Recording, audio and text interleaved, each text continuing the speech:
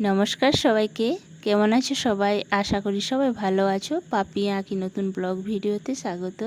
দেখতেই পাচ্ছ কত বড় রুই মাছটা, 5 কেজি ওজনের। এটা আমার বাপের বাড়ির বাঁধের মাছ ছিল, তো ওটা বাড়িতে আর আনেনি, ছবি তুলে পাঠিয়েছিল।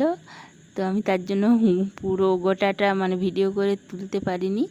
তো দোকানে গিয়ে কাটিয়ে এনেছে। এই দেখো আমার শাশুড়ি মা সব কিছু ধুয়ে রেডি করে রাখছে।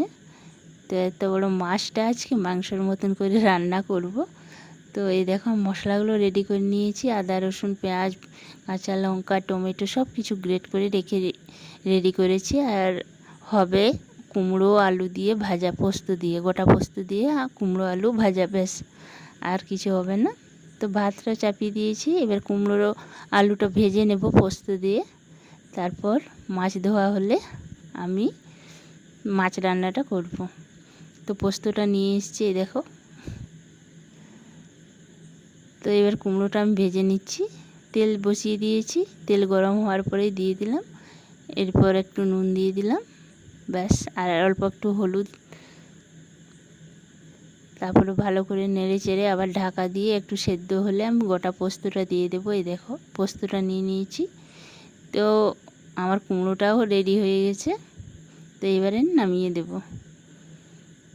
তো এবার মাছটা আমার ধোয়া হয়ে গেছে। কিছুগুলো মাছ আমার শাশুড়ি মা এখনও ধুচ্ছেন, তো আমাকে কিছুগুলো মাছ দিল রান্নার জন্য। তো এই দেখো কত বড় বড় পিসগুলো দেখতে পাচ্ছ, আর মাছটা দেখতে পাচ্ছ একদম টাটকা বাঁধের মাছ, আমাদের সেই বাপের বাড়ির বড় বাঁধটার মাছ, রুই মাছ। এই বর্ষার সিজনে অনেক মাছ উঠে, তো একটা দিয়ে পাঠিয়েছে। এই দেখো মাথাগুলো দেখছো, তো মাথাগুলো খেতে খুব ভালো লাগে মাছের আমার, তো মাথাগুলো আমিই খাবো। তো এই দেখো নুন হলুদ ভালো করে মাখিয়ে নিচ্ছি। এবার কড়াই চাপিয়ে দিয়েছি, তেল গরমও হয়ে গেছে। এবার মাছগুলো আমি ভেজে নেব। প্রথমে মাথাগুলো ভেজে নিচ্ছি। তো দোকানে না কাটালে খুব ঝামেলা হতো বাড়িতে কাটতে, সেই জন্য কাটিয়ে এনেছে। তো ভাজাও হয়ে গেছে মাছ ভাজা। দেখো মাথাগুলো তো আগে ভেজে নিলাম। এই দেখো কতগুলো মাছ ভেজে নিয়েছি। তো এবার রান্নাটা করব। তো প্রথমে আমি শুকনো লঙ্কা, এলাচ, লবঙ্গ সব কিছু, দারচিনি দিয়ে দিলাম। মাংস যেমন করে রান্না করে সেরকম করেই করব। তো এবার সব কিছু দিয়ে দিচ্ছি, আদা, রসুন, তারপরে পেঁয়াজ, টমেটো, কাঁচা লঙ্কা গ্রেট করাটা দিয়ে দিলাম। ভালো করে এবার কষে নেব পেঁয়াজ, আদা, রসুনটা যতক্ষণ না তেল ছাড়ছে ততক্ষণ। আর এদিকে আমি মশলাটা তৈরি করে নিচ্ছি।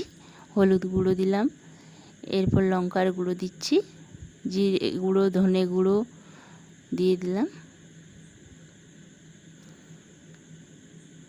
তো পরিমাণ মতন জল দিয়ে দিলাম। এই দেখো পেঁয়াজটা আমার ভাজা হয়ে গেছে। এরপর নুন দিয়ে দিচ্ছি।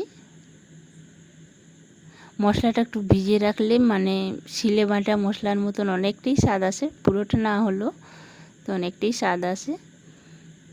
সেই জন্য একটু 2 মিনিট ভিজিয়ে রাখি। আর টমেটো একটা দিয়ে দিলাম, ভালো করে টমেটোটাও ভেজে নিচ্ছি।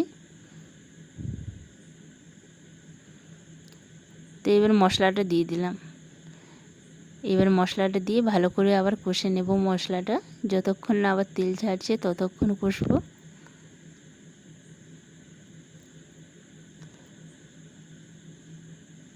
তো মশলাটা অল্প জল দিয়ে আমি কষে নিচ্ছি কিছুক্ষণ ধরে।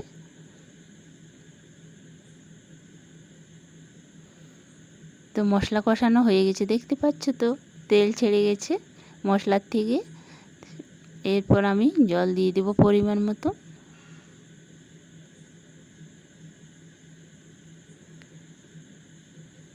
তো এবারে জাল চলে এলে ঝোলে, তারপর আমি মাছগুলো দিয়ে দেব।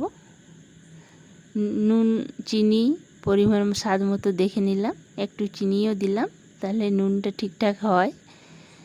তো মাছগুলোও দিয়ে দিয়েছি। আমার রান্নাও কমপ্লিট। আর স্যালাড কেটে নিলাম অল্প একটু। আর মাছ রান্নাটাও দেখাচ্ছি তোমাদেরকে। শেষে কিন্তু আমি গরম মশলাও দিয়েছিলাম। ওটা দেখাতে ভুলে গেছি। এই দেখো মাছটা হয়ে গেছে রান্না, এবার সবাইকে খেতে দেব। আসনও পেতেছি, থালা বাটি রেডি করে নিয়েছি। আর কুমড়ো আলু ভাজাটা এই দেখো।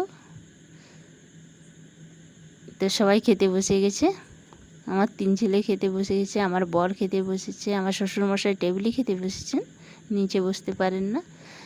তো সবাই খেতে খেতে ভিডিওটা আমি এখানেই শেষ করছি। ভালো লাগলে অবশ্যই একটা লাইক করো, কমেন্ট করো আর সাবস্ক্রাইব করো। আর নতুন বন্ধু যারা আছে অবশ্যই সাবস্ক্রাইব করতে ভুলো না। সবাই ভালো থেকে